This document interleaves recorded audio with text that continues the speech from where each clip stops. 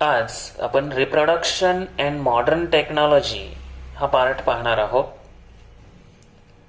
बऱ्याच वेळेला अनेक कपल्सला चिल्ड्रन नसतात, त्याची वेगवेगळी रिझन्स आहेत.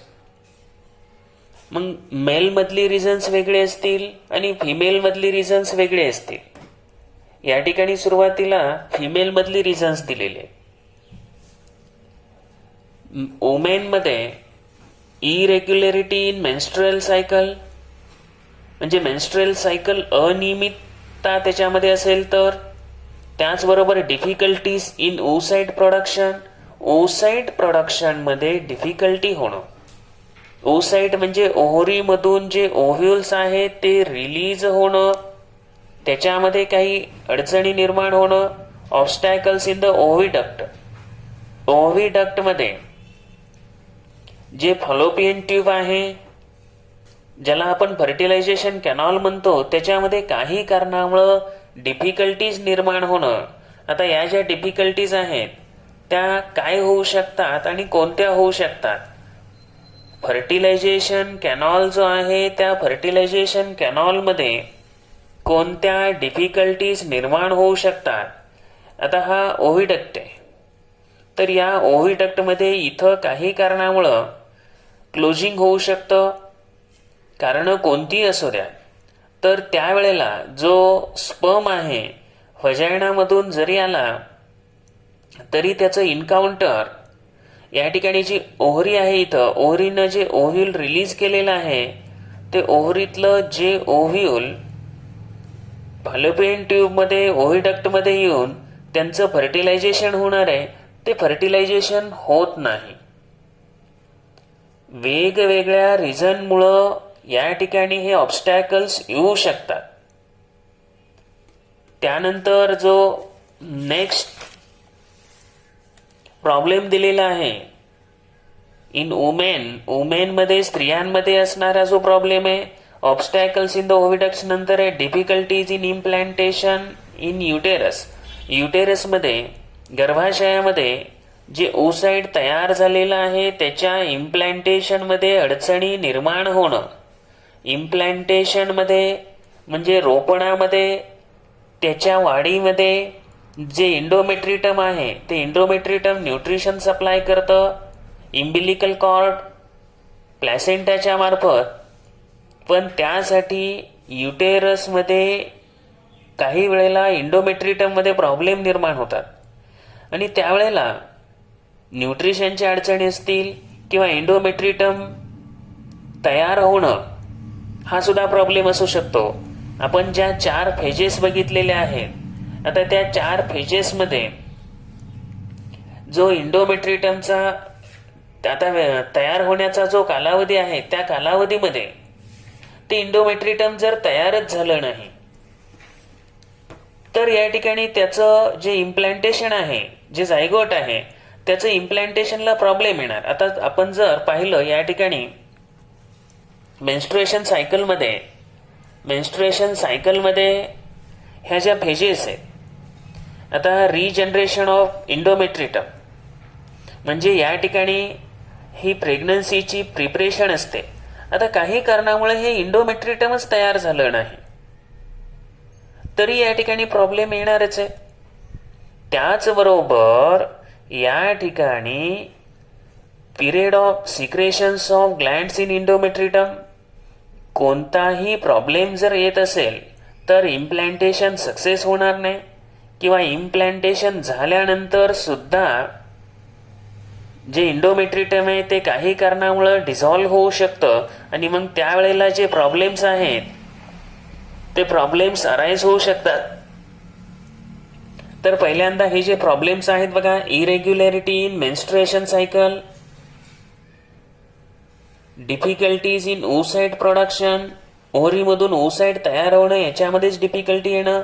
ऑब्स्टॅकल्स म्हणजेच अडथळे, ऑब्स्टॅकल्स बॅरियर्स अडथळे. डिफिकल्टीज इन इम्प्लांटेशनमध्ये अडचणी येणं. आणखी काही कारणं सुद्धा याच्यामध्ये असू शकतील.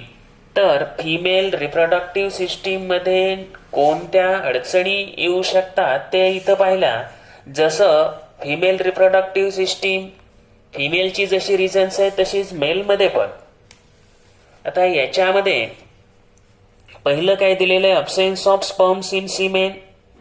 जे सिमेन तयार झालेलं असतं, वेगवेगळ्या ग्लँडचं सिक्रेशन त्याच्यामध्ये आहे, त्यांच्या साह्यानं जे सिक्रेशन बनलेलं असतं त्याला आपण सिमेन म्हणतो.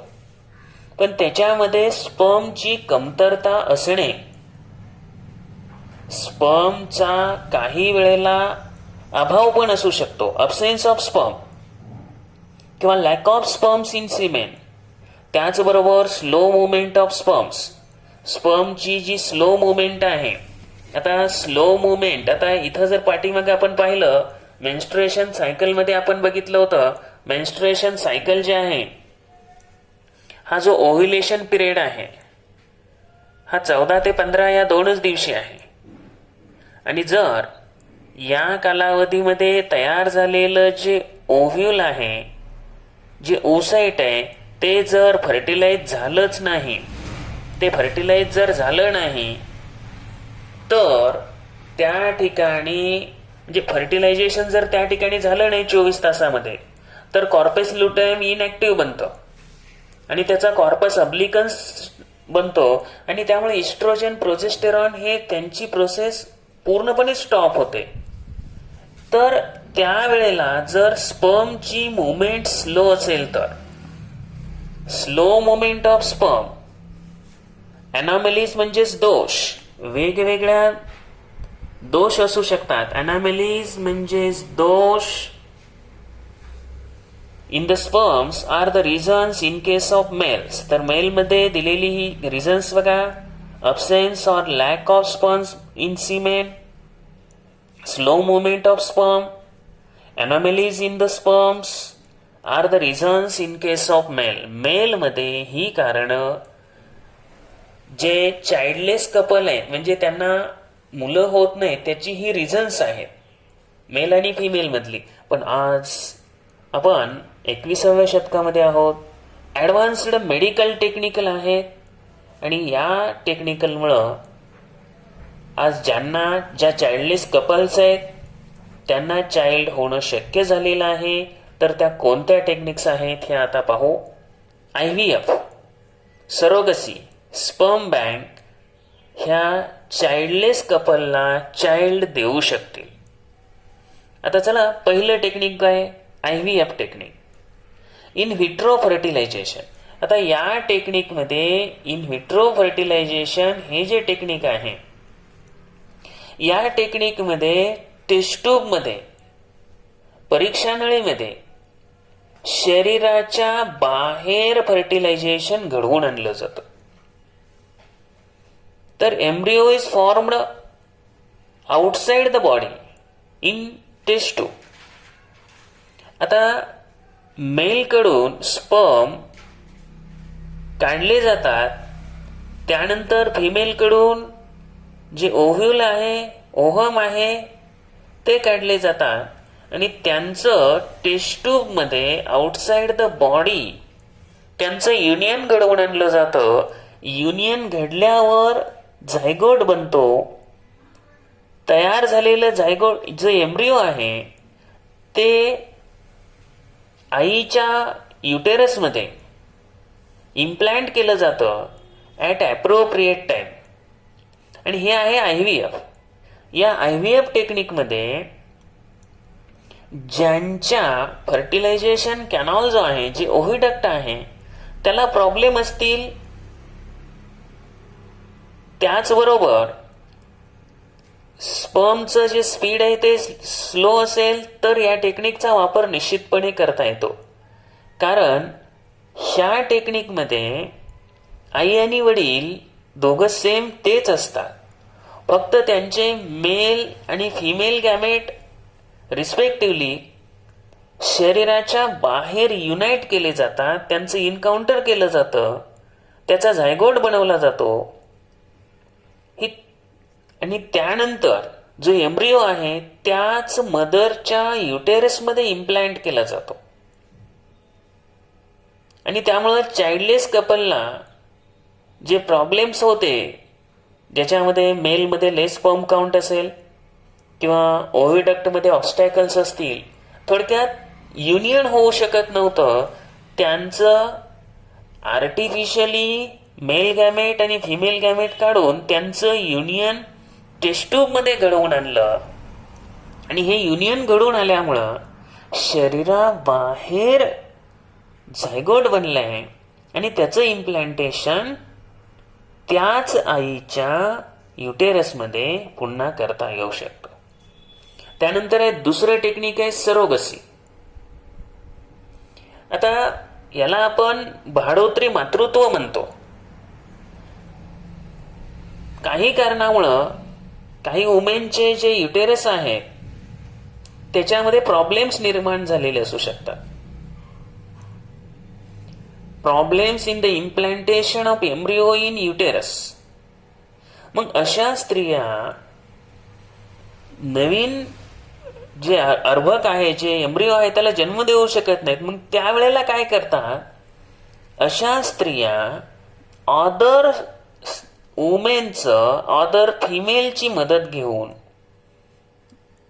त्यांना जे चाइल्ड पाहिजे ते तयार करू, म्हणजे त्यांची निर्मिती, त्यांची इच्छा पूर्ण होऊ शकते. आता या रेमिडियल टेक्निकलाच आपण काय म्हणतो, surrogacy. Some women have problems in the implantation of embryo in the uterus. Such women can take the help of modern remedial technique called as surrogacy. आता या टेक्निकमध्ये जी डिझायर्ड मदर आहे, जिला आई बनायचं आहे, ॲक्च्युअली तिचे जे ओव्हरी आहे त्या ओव्हरीतून ओसाइट कलेक्ट केले जातात. जिच्या युटेरसमध्ये प्रॉब्लेम असतो तिचे ओसाइट कलेक्ट करणे, त्यानंतर ओसाइट कलेक्ट करून जे फादर आहेत, जे वडील आहेत, त्यांचे जे स्पर्म्स आहेत ते कलेक्ट केले जातात टेस्ट्यूबमध्ये. तिच्या हजबंडकडून ते स्पर्म कलेक्ट केले जातात आणि त्यांचा एम्ब्रिओ IVF टेक्निकनुसार बनवला जातो. IVF टेक्निकनुसार एम्ब्रिओ बनवल्यावर त्याचं इम्प्लांटेशन सम अदर वुमन मध्ये केलं जातं जिचा युटेरस नॉर्मल असतो. आता ऍक्च्युअली या चित्रामध्ये दाखवलेले हे फादर आहेत, हे मदर आहेत. यांचे स्पर्म या ठिकाणी काढलेले आहेत आणि यांचं ओव्हल्स आहेत. यांच्यापासून IVF टेक्निकद्वारे शरीराच्या बाहेर कॉम्बिनेशन करून झायगोट बनवलं आणि हा एम्ब्रिओ, हा थर्ड पॅरेंट म्हणू आपण, सरोगेट मदर म्हणतात त्याला. तर या सरोगेट मदरच्या जिचा युटेरस नॉर्मल आहे, तिच्या नॉर्मल युटेरसमध्ये ह्यांचं जे एम्ब्रिओ आहे ते इम्प्लांट केलं जातं. ते इम्प्लांट केलं जातं 9 महिने. या ठिकाणी ही जी थर्ड आपण पॅरेंट म्हणू, जी सरोगेट मदर आहे, तिच्या युटेरसमध्ये त्याचं इम्प्लांटेशन झाल्यावर त्याची ग्रोथ होते आणि ही त्या बाळाला जन्म देते. पण या ठिकाणी हे ध्यानात घेतलं पाहिजे, जे बाळ आहे, जे बेबी आहे, त्याच्यामध्ये या आईची कॅरेक्टरिस्टिक कुठलीही नसतात. टोटल कॅरेक्टरिस्टिक हे जे ओरिजिनल फादर आणि मदर आहेत त्यांच्याच टोटल कॅरेक्टरिस्टिक असतात. कारण जिनेटिक रिकॉम्बिनेशन जे घडलेलं असतं तर ते यांच्याच मेल आणि फिमेल गॅमेटचं घडलेलं असतं. सरोगेट मदरचं फक्त काम एवढंच आहे की त्या एम्ब्रिओला 9 महिने वाढवणे, हे काम आहे. म्हणजे आपल्याकडे असलेला जो गैरसमज आहे तो गैरसमज आपण काढून टाकला पाहिजे की याच्यामध्ये या आईचे कोणतेही कॅरेक्टर्स त्या एम्ब्रिओमध्ये, त्या ऑफस्प्रिंगमध्ये येत नाही. हे टोटली कॅरेक्टरिस्टिक हे ओरिजिनल फादर आणि मदर यांचेच असतात. तर हे झालं फिमेल रिप्रोडक्शनमध्ये असणाऱ्या अडचणी. त्यानंतर मेलमध्ये काही वेळेला लेस स्पर्म काउंट असतात, लेस स्पीड ऑफ स्पर्म असतं. त्यावेळेला जे मेलमधले जे प्रॉब्लेम आहे त्याच्यावर मात करण्यासाठी तर स्पर्म बँक हा एक न्यू कॉन्सेप्ट आलाय, सिमेन बँक किंवा स्पर्म बँक. जसं ब्लड बँकेमध्ये ब्लड कलेक्ट करून ते स्टोअर करून ठेवलं जातं, सेम त्याच धर्तीवर जे डिझायर्ड डोनर आहेत, जे डिझायर्ड मेन आहेत, त्या डिझायर्ड मेन कडून स्पर्म इजॅक्युलेट केले जातात, सिमेन इजॅक्युलेट केलं जातं, हे बाहेर काढलं जातं, इजॅक्युलेट केलं जातं आणि त्या ठिकाणी फिजिकल मेडिकल चेकअप करून ते स्पर्म बँकमध्ये साठवलं जातं. जसं ब्लड बँकेमध्ये रक्त साठवलं जातं, सेम त्याच आधारावर ज्यांचे स्पर्म फिजिकली मेडिकली चेकअप केल्यानंतर फिट आहेत असं लक्षात येतात, ते स्पर्म बँकेमध्ये स्टोअर करतात. आणि ज्या वेळेला त्या व्यक्तीला गरज असेल त्यावेळेला, म्हणजे ज्या वुमेनला as per wish of the needful couple, oocyte of women of the concerned couple is fertilized by IVF technique using the semen from the sperm bank. Sperm bank मधून त्या ठिकाणी त्यांचे स्पर्म घेतले जातात आणि त्यांचं युनियन घडवून आणलं जातं. Resultant embryo is implanted in the uterus of same woman. आणि त्याच आईच्या युटेरसमध्ये त्याचं इम्प्लांटेशन केलं जातं. आणि भारतातल्या कायद्यानुसार name of the semen donor, जो सिमेन डोनर आहे, स्पर्म डोनर आहे, त्याचं नाव स्ट्रिक्टली सिक्रेट ठेवलं जातं. आता याच्यामध्ये सुद्धा जे कॅरेक्टर्स आहेत ते स्पर्म डोनरचे येतात का असा प्रश्न निश्चित निर्माण झाला असेल. हो, निश्चितपणे त्याच्यामध्ये स्पर्म डोनरचे जे कॅरेक्टर्स आहेत ते कॅरेक्टर स्पर्म डोनरचे येतात. आणि त्याचबरोबर ओसाइटवाल्या जी आई आहे तिचे कॅरेक्टर येतात. ज्या मेलच्या स्पर्म प्रोडक्शनला प्रॉब्लेम आहे, मग काही कारण असू द्या, लो स्पीड असेल स्पर्मचं वगैरे, तर त्याचे कॅरेक्टर मात्र न्यू ऑफस्प्रिंगमध्ये येत नाहीत. ही गोष्ट सुद्धा इथं ध्यानात घेतली पाहिजे. कॅरेक्टर हे स्पर्म डोनरचे, सिमेन डोनरचे आणि जिच्या युटेरसमध्ये ते ओसाइट, ते झायगोट वाढतंय, तिचे कॅरेक्टर येतात. आता या IVF, सरोगसी आणि स्पर्म बँक नंतर आपल्याला ट्विन्सकडे जायचंय. Two embryos develop simultaneously in the same uterus and thus two offsprings are delivered simultaneously. दोन एम्ब्रिओ एकाच वेळेला एकाच युटेरसमध्ये डेव्हलप होतात आणि टू ऑफस्प्रिंग डिलिव्हर्ड सायमल्टेनियसली, एकाच वेळेला दोन ऑफस्प्रिंग डिलिव्हर होतात आणि त्यावेळेला त्याला आपण म्हणतो ट्विन्स. काय म्हणतो त्याला? Twins. Same uterus, two embryo आणि टू ऑफस्प्रिंग डिलिव्हर सायमल्टेनियसली. आता अशा ऑफस्प्रिंगला आपण ट्विन्स असं म्हणतो. Many couples have twins. आता त्याचे दोन मेन टाईप, मोनोझायगोटिक ट्विन्स आणि डायझायगोटिक ट्विन्स. मोनोझायगोटिक ट्विन हे सिंगल एम्ब्रिओ पासून बनतं. डायझायगोटिक ट्विन हे दोन डिफरंट एम्ब्रिओ असतात. आता early period of embryonic development मध्ये, म्हणजे साधारणपणे within 8 days of zygote formation, zygote form झाल्यानंतर 8 दिवसांच्या आत जर एम्ब्रिओच्या सेलचे दोन ग्रुप झाले, जे एम्ब्रिओ डेव्हलप होतोय, जो झायगोट डेव्हलप होतोय त्याचे जर दोन ग्रुप झाले, ती डिवाइड झाली काही कारणामुळं, तर या ठिकाणी जो ग्रुप, जे दोन सेल्स तयार दोन बॉडी बेबी तयार होणार आहे, आता त्यांच्यामध्ये जे कॅरेक्टर्स आहेत ते कॅरेक्टर्स या ठिकाणी सेम असतात. त्यांचं जेंडर सेम असतं.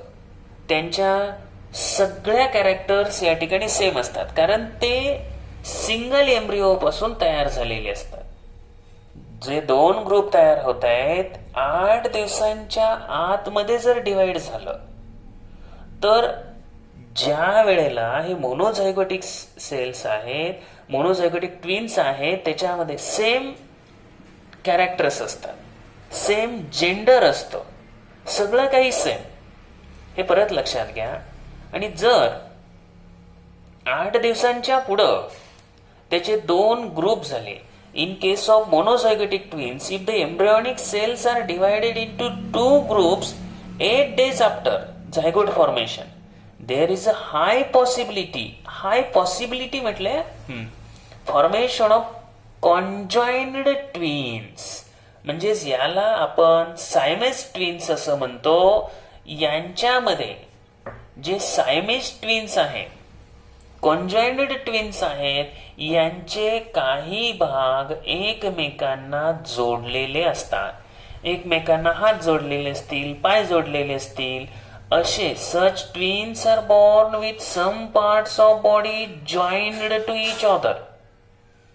सम organs are common in such twins. त्यांच्यामध्ये काही ऑर्गन कॉमन पण असतात. म्हणजे आता या ठिकाणी आपण बघितलं, एकमेकांचे हात पाय एकमेकांना काही ठिकाणी जोडलेले असू शकतात, पण काही ऑर्गन सुद्धा कॉमन असतील. मग हेड कॉमन असू शकतं, ते मात्र डेंजर आहे, कारण त्यांचं पुन्हा सेपरेशन करणं खूप क्रिटिकल आहे. हे कुणाच्या बाबत घडतंय? मोनोझायगोटिक ट्विन, पण डिवाइड आफ्टर 8 डेज. 8 दिवसानंतर जर त्याचं डिव्हिजन झालेलं असेल तर ते कॉन्जॉइंटेड असतात. कॉन्जॉइंटेडला आणखी एक शब्द आहे सायामीज ट्विन्स. कॉन्जॉइंटेड किंवा सायामीज ट्विन्स, त्यांचे काही पार्ट एकमेकांना जोडलेले असते. एकाचे हात दुसऱ्याच्या हाताला जोडलेले असू शकतात, एकाच्या डोक्याला दुसऱ्याचं डोकं जोडलेलं असू शकतं. Some parts are joined to each other, आणि त्याचबरोबर काही पार्ट हे कॉमन असतात.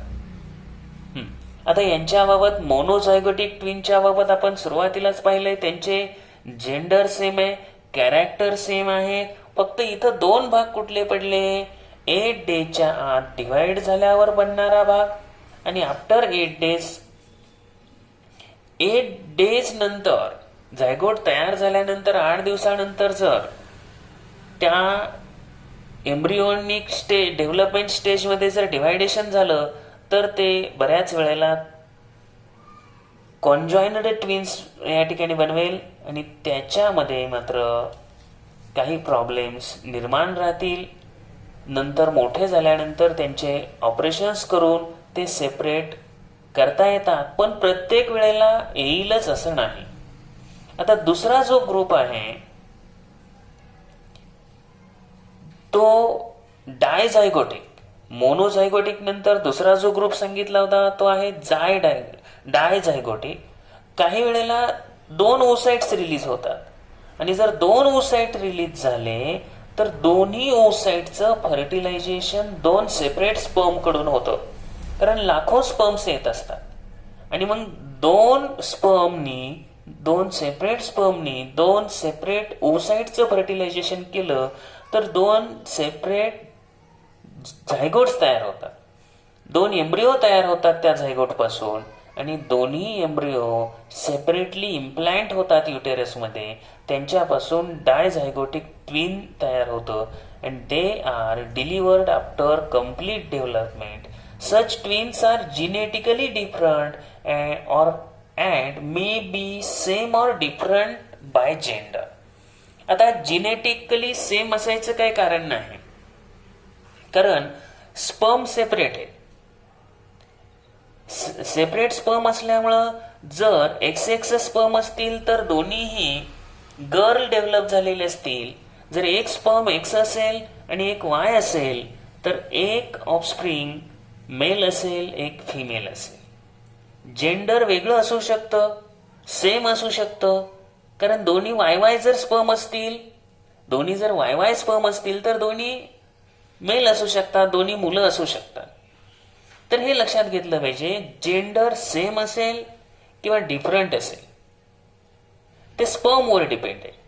मोनोझायगोटिक मध्ये मात्र काय होतं? मोनोझायगोटिक मध्ये जेंडर सेम, कॅरेक्टर सेम, कारण एका स्पर्मनं एकच स्पर्म होता, सेम स्पर्म कंबाईन झालता त्या ओसाइट बरोबर, आणि कॉम्बिनेशन झाल्यानंतर त्याचं डिव्हिजन झालं. इथं 2 ओसाइट वेगळे आहेत, 2 स्पर्म वेगळे आहेत, त्यामुळे जिनेटिकली बराच डिफरन्स असू शकतो. जरी तेच पॅरेंट असले तरी जेंडर सेम किंवा डिफरंट असू शकतं. ट्विन्स हा जो पॉइंट आहे हा परीक्षेच्या दृष्टिकोनातून महत्वाचा आहे. आता रिप्रोडक्टिव्ह हेल्थ होऊन केलेल्या डेफिनेशननुसार a person state being physical, mental and social strongness is called health. World health organization काय सांगतं? Physical, mental and social. फक्त फिजिकल नाही तर मेंटल सुद्धा स्ट्रॉंगनेस पाहिजे, आणि त्याचबरोबर सामाजिक दृष्ट्या सुद्धा ती व्यक्ती सुस्थितीत असली पाहिजे, आणि तरच त्याला आपण हेल्थ म्हणतो. WHO न ही डेफिनेशन केलेली आहे. WHO ही जागतिक लेवलची आरोग्य संघटना आहे, आणि या आरोग्य संघटनेवर सध्या भारताच्या आरोग्यमंत्र्यांची या ठिकाणी एका मोठ्या पोस्टवर नेमणूक झालेली आहे, डॉक्टर हर्षवर्धन. हे सुद्धा माहिती असावं म्हणून ऍडिशनल सांगितले. तर आपल्या देशामध्ये लॅक ऑफ अवेअरनेस म्हणजे जाणीव रिगार्डिंग रिप्रोडक्टिव्ह हेल्थ हे मोठे आहे. लोकांच्या मध्ये जाणीव जागृती नसल्यामुळं मुळात आपण डेव्हलपिंग कंट्रीज आहोत, आणि डेव्हलपिंग कंट्रीजमध्ये एज्युकेशनची कमतरता आहे. त्यामुळं वेगवेगळ्या सोशल कस्टम्स आहेत, सामाजिक रूढी आहेत, ट्रॅडिशन्स, वेगवेगळ्या परंपरा आहेत, इलिटरसी निरक्षरता आहे, अज्ञान आहे, आणि त्याचबरोबर शायनेस संकोच किंवा लाजणे.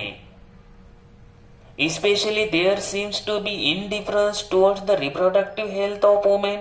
आणि त्यामध्ये पण जास्तीत जास्त जी अनास्था दिसते, इनडिफरन्स, अनास्था, जागरूकता नसणे. कुणाबद्दल? तर रिप्रोडक्टिव्ह हेल्थ ऑफ वुमेन, स्त्रियांच्या आरोग्यासंदर्भामध्ये, रिप्रोडक्टिव्ह हेल्थ संदर्भामध्ये इनडिफरन्स आहे. आता याच्यामध्ये कोणकोणत्या गोष्टी आहेत त्या डिटेल्स पाहू. Occurrence of menstruation cycle is related to reproductive and overall health of women. स्त्रियांच्या मध्ये त्यांचं रिप्रोडक्टिव्ह आणि ओव्हरऑल हेल्थ, टोटल हेल्थ सुद्धा कशाशी रिलेटेड आहे? मेन्स्ट्रुएशन सायकल कडं. म्हणजे मेन्स्ट्रुएशन सायकल हे रेग्युलर असणं गरजेचं आहे. आज आपण बघितलं, women are working at par with men. पुरुषांबरोबर दररोज प्रत्येक क्षेत्रामध्ये ॲट पर बरोबरीनं खांद्याला खांदा लावून त्या काम करतायत, आणि याच कारणामुळं त्यांना they have to stay outdoors for whole day. घराच्या बाहेर दिवसभर राहायला लागू शकतो, आणि मग त्या मेन्स्ट्रुएशन सायकलच्या काळामध्ये अडचणी येतील. Bleeding occurs during menstruation cycle. त्याचबरोबर जे प्रायव्हेट जेनाइट ऑर्गन्स आहेत, ज्याला आपण जेनायटल्स म्हणतो, हे मेंटेन केले पाहिजेत. कसे? तर टाइम टू टाइम क्लीन केले पाहिजे. पण आउटडोअर असल्यामुळं आपण ह्या अडचणी येतील वुमेनच्या बाबत. Otherwise problems regarding reproductive health may arise. जर हे genital organs, specially vaginal organ, हा टाइम टू टाइम क्लीन केला पाहिजे, अन्यथा रिप्रोडक्टिव्ह हेल्थचे प्रॉब्लेम निर्माण होऊ शकतात.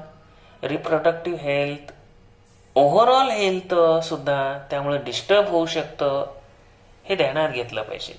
सम problems regarding reproductive health may arise in men too. It is essential to maintain cleanliness of their genitals. त्यांची जी गुप्तांग आहेत, जे जेनायटल्स आहेत, जे गोनाइड्स आहेत, त्यांच्याबाबत क्लीनलीनेसपणा ठेवणं हे खूप गरजेचं आहे. जर हे क्लीन राहिले तर या ठिकाणी कोणतेही आजार म्हणजे मॅक्झिमम आपण आजारांपासून दूर राहू.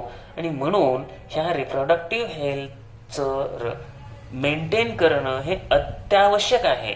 जर हे मेंटेन केलं नाही रिप्रोडक्टिव्ह हेल्थ तर वेगवेगळे प्रॉब्लेम्स आपल्याला निर्माण होऊ शकतात. आता याच्यामध्ये जे सेक्शुअल डिसिजेस आहेत ते सेक्शुअल डिसिजेस निर्माण होऊ शकतात. आता बघा, among the various sexual diseases syphilis आणि गोनोरिया दोन डिसिजेस जे आहेत ते महत्वाचे आहेत परीक्षेच्या दृष्टिकोनातून. सेक्शुअल डिसिजेसची नावं लिहा असं सांगितलं जाऊ शकतं किंवा त्यांची कॅरेक्टरिस्टिक लिहा असं सुद्धा सांगितलं जाऊ शकतं. सायफिलिस आणि गोनोरिया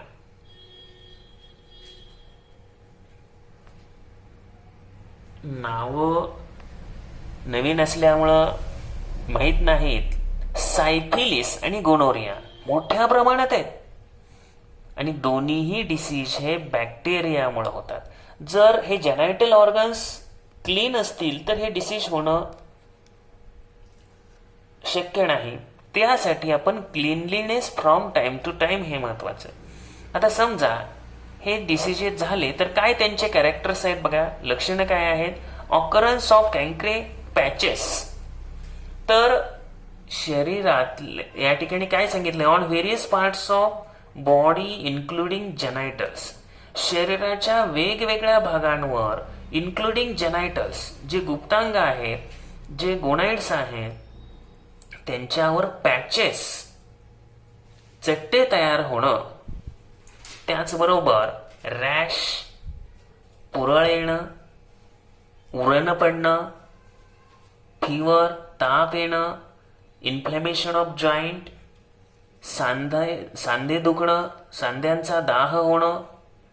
त्याचबरोबर या ठिकाणी ॲलोपेसिया, तर याच्यामध्ये केस गळणे, बाल्डिंग होणं, टक्कल पडणं, ज्याला आपण गंजापण म्हणतो, हे प्रॉब्लेम सायफिलिसमध्ये होतात.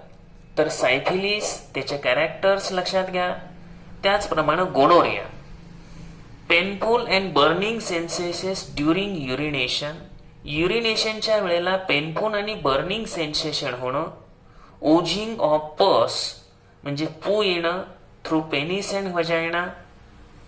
Inflammation of urinary tract, urinary ट्रॅक्टचा दाह होणं, मूत्रमार्गाचा दाह होणं, ॲनसमध्ये दाह होणं, थ्रोट, आईज, ही गोनोरियाचे कॅरेक्टर्स आहेत. ही लक्षणं तिच्यामध्ये दिसून येतात.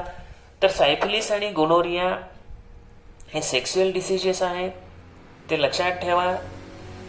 आता या टॉपिक मधला लास्ट पार्ट आहे पॉप्युलेशन एक्सप्लोजन, लोकसंख्येचा विस्फोट. आजचा मेन इश्यू आहे.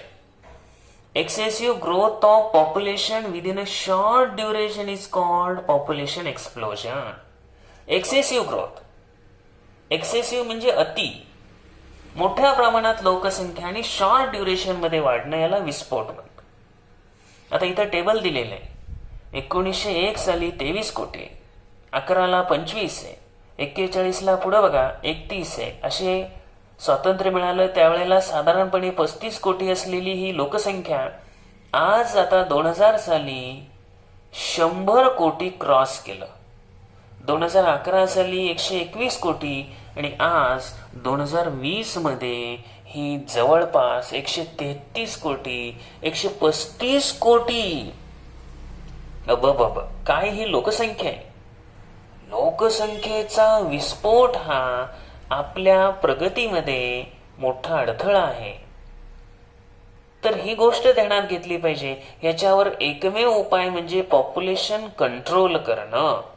आता या लोकसंख्येच्या विस्फोटामुळे आपल्याला कोणत्या प्रॉब्लेमला फेस करावं लागतं हा प्रश्न विचारला जातो की पॉप्युलेशन एक्सप्लोजनमुळे तुम्हाला कशाला फेस करावं लागेल. व्हेरियस प्रॉब्लेम्स लाईक अनएम्प्लॉयमेंट, बेरोजगारी. आज आपण कोरोनाच्या काळामध्ये सगळेजण घरी बसून आहात. बऱ्याच जणांच्या नोकऱ्या गेलेल्या आहेत, चाललेल्या आहेत. बेरोजगारी वाढत चालली. त्याचं कारण फक्त कोरोना नाही तर पॉप्युलेशन एक्सप्लोजन पण आहे ना. अनेक युवकांच्या हाताला काम नाही. तर ही लोकसंख्येच्या विस्फोटामुळे कोरोनाचं संकट हे तात्पुरतं आहे, परंतु बेरोजगारी हे आपल्या पुढचं फार मोठं संकट आहे. त्याच्यावर आपल्याला मात करावी लागेल. डिक्रीजिंग पर कॅपिटा इन्कम, दरडोई उत्पन्न कमी होणं. आता जर एखादीच व्यक्ती घरामध्ये कमवती असेल आणि 6-7 जर मेंबर असतील तर पर कॅपिटा इन्कम हे कमी होणार आहे, दरडोई उत्पन्न कमी होणार आहे. बाकीचे कमवते नसतील तर निश्चितपणे. आणि मग दररोजच्या गरजा भागवण्यासाठी तुम्हाला लोन काढावं लागेल, लोन वाढत जाणार आहे. त्यामुळं स्ट्रेस ऑन नॅचरल रिसोर्सेस येणार आहे. नैसर्गिक जे स्रोत आहेत त्यांच्यावर ताण येणार आहे. हे आपण दररोज बघतोय. तर हे जे प्रॉब्लेम्स आहेत, unemployment, decreasing per capita income, increasing loan, stress on natural resources, याच्यावर एकच सोल्युशन आहे, तर ते म्हणजे पॉप्युलेशन कंट्रोल. आणि पॉप्युलेशन कंट्रोल करायचं असेल तर फॅमिली प्लॅनिंग इसेन्शियल आहे. फॅमिली प्लॅनिंग, कुटुंब नियोजनाची गरज आहे.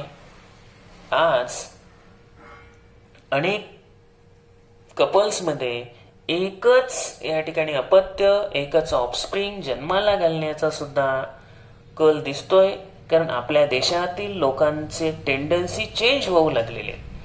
आणखी एकच मुलीवर ऑपरेशन केलेले सुद्धा अनेक कपल्स आहेत. ते सुद्धा कौतुकास्पद आहे, कारण वी आर डेव्हलपिंग. आपण नवीन भारतामध्ये आहोत आणि न्यू इंडिया हा निश्चितपणे या सर्व संकटांवर, इव्हन कोरोनासारख्या संकटावर, पॉप्युलेशन एक्सप्लोजन सारख्या संकटावर सुद्धा आपण मात करू. हा आमचा नवा भारत आहे, हे आपण लक्षात घेतलं पाहिजे. तर या ठिकाणी आपला हा टॉपिक नंबर 3 संपतोय.